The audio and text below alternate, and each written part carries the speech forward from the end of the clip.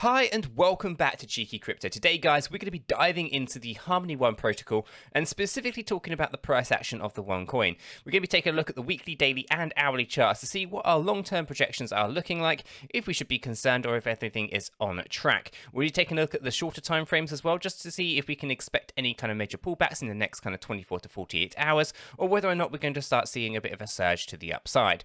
As we get into this video, if you do find it useful and informative, hit that like button. I really do appreciate that. And if you happen to be new to the channel, why not go ahead and subscribe, tap that bell, select all notifications, and in doing so, you will be kept up to date with absolutely everything that we do here at 𝗕𝗘𝗪𝗏𝗧.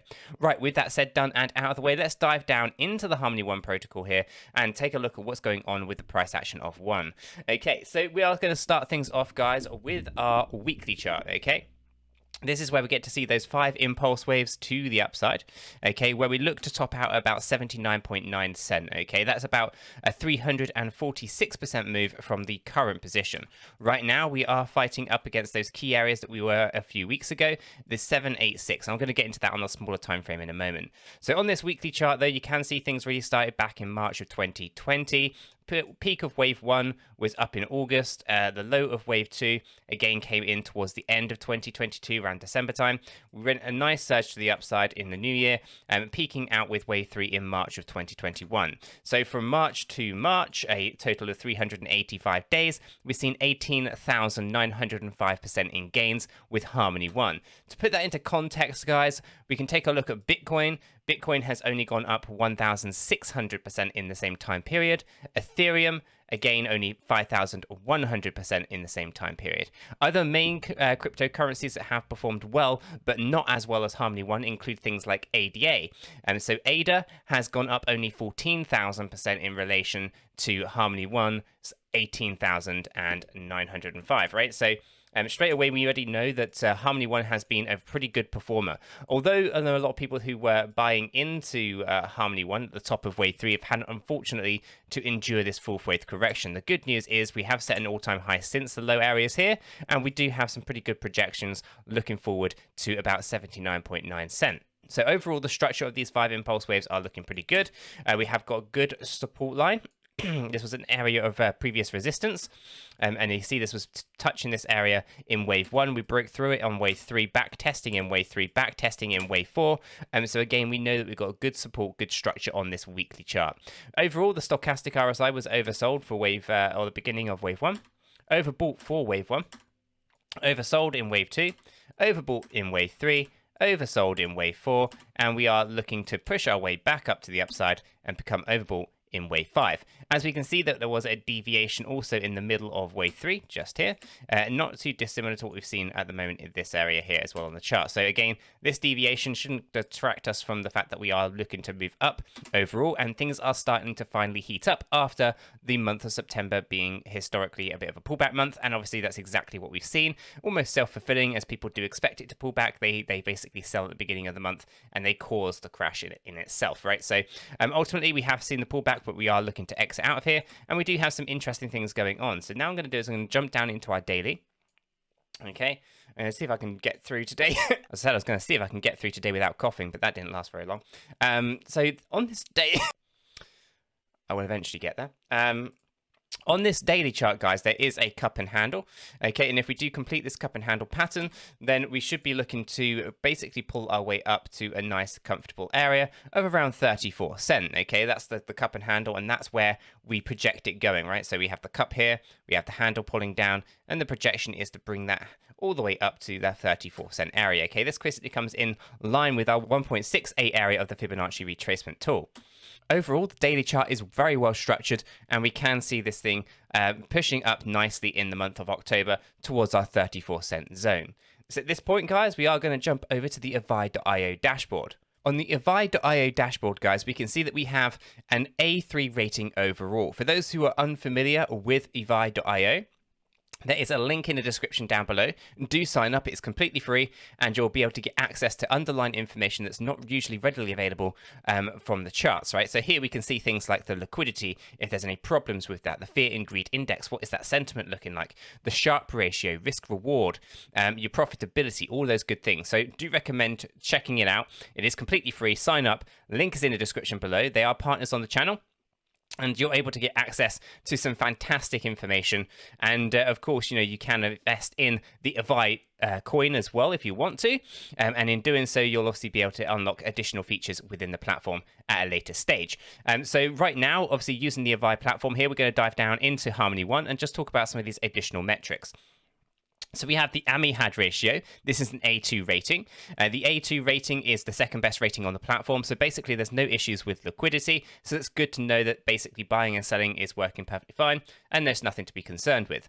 When we take a look at the Fear and Greed Index, we have a B3 rating. So this is the midway point. This is pretty neutral. It's not fearful. It's not greedy. It's actually a pretty good place to be. And in terms of where we are looking to move up in that wave 5. Okay, so overall, everything on the Fear and Greed Index is pretty good, and we're going to slowly see this thing rise up those rankings back into the greedy area. Okay, we come down a little bit lower, we have the Sharpe ratio. The Sharpe ratio is your risk-reward ratio. So basically, the risks to holding 𝗲𝗓𝗏 versus the rewards of holding 𝗲𝗓𝗏. Well above the 50-day average. This is an A2 rating, the second best that platform can give, and is basically suggesting to us that we might want to be holding 𝗲𝗓𝗏, right? Because the risks do not outweigh the rewards. Okay, so it's good to see that.